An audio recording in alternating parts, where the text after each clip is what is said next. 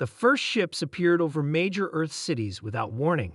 Massive, gleaming vessels that blotted out the sun, their hulls adorned with the insignia of the galactic hegemony. A civilization that had conquered 1,000 worlds across 3 spiral arms of the Milky Way. Captain Marcus Reed of United Earth Defense Force watched from the Pentagon's command center as live feeds showed the alien ships holding position. Governments worldwide scrambled to respond, military forces mobilized, and civilians panicked. Humanity had long speculated about first contact, but not like this, not with warships. "Transmission incoming," announced Lieutenant Anna Wilson. "They're broadcasting on all frequencies." The main screen flickered to life. A tall, blue-skinned humanoid appeared dressed in ornate armor. High Commander Drek of the Hegemony Fleet spoke perfect English, their linguistics AI, having analyzed Earth's communications for years. "People of Earth, your primitive world now falls under hegemony protection. Resistance is inadvisable. Your technology level places you at Category 3, making you eligible for provisional membership. Submit your planetary resources and accept our governance, and we will elevate your species in time." Reed's jaw tightened. "Category 3? Provisional membership? They're categorizing us like specimens."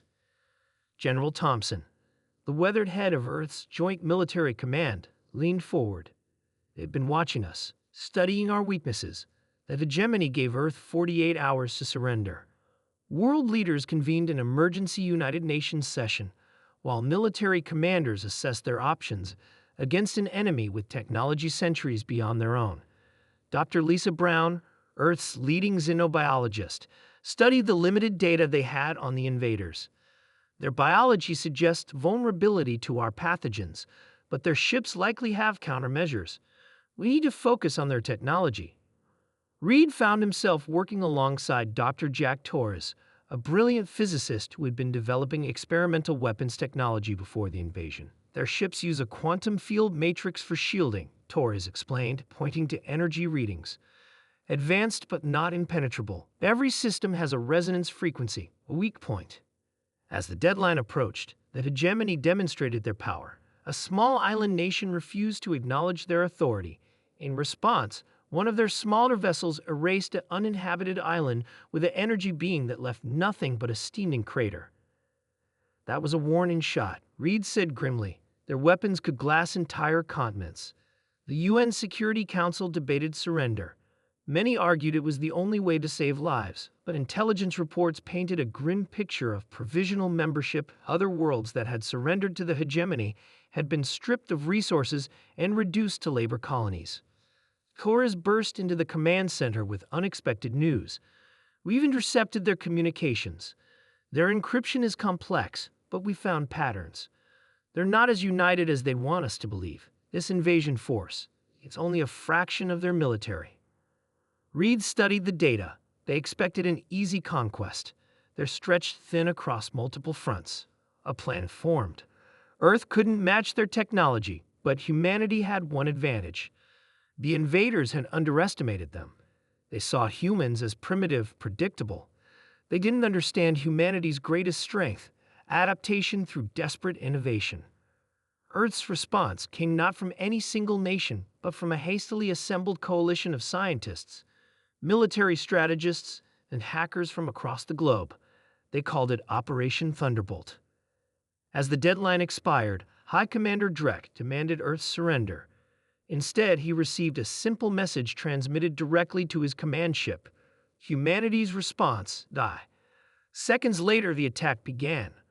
Earth's conventional military forces launched a coordinated assault, not to win, but to distract. Fighter jets and missiles swarmed the alien ships, sacrificing themselves to hold the invaders' attention. Meanwhile, Torres activated his experimental quantum resonance device. The technology was untested, developed from research into the fundamental forces of the universe. It emitted a precisely calibrated frequency that interacted with the hegemony's shield matrix. At first, nothing happened.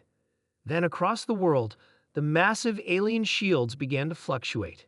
Microscopic breaches appeared in their defenses. That's when the second phase began.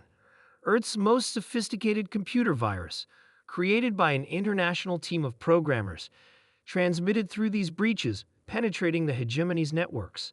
Their ship's systems had never been designed to repel Earth's primitive digital attacks. Reed watched in awe as, one by one, the mighty ships lost power. Their weapons went offline. Life support systems faltered. "This is Captain Reed to all Earth forces," he transmitted. "Target the vulnerable ships. Show them humanity's answer to tyranny." Earth's combined military might focus on the crippled vessels. Missiles that would have been useless against functional shields now found their marks. Nuclear warheads detonated against exposed hulls. The skies above Earth burned with the deaths of invading ships. High Commander Drek, his flagship failing around him, transmitted one final message. "Impossible. You were Category 3. Reed replied, "You categorized wrong. Humanity doesn't surrender." The remaining hegemony ships, those that could still maneuver, fled Earth's orbit. Later intelligence would reveal the truth. The invasion fleet had sent a desperate warning to the hegemony homeworld. Earth classification error. Recommend immediate designation as Category 1. Extreme caution advised. In the aftermath, humanity began preparing. They recovered alien technology from the destroyed ships, reverse engineering what they could. The nations of Earth, for once united by a common threat, created the Earth Defense Alliance. Captain Reed, now Admiral Reed, stood on the observation deck of humanity's first starship, built from the knowledge gained from their defeated enemy.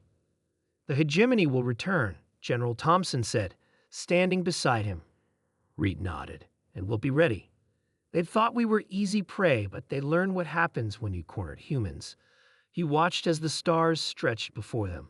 "We're not waiting for them this time." The ship's engines fired, carrying humanity's message to the stars.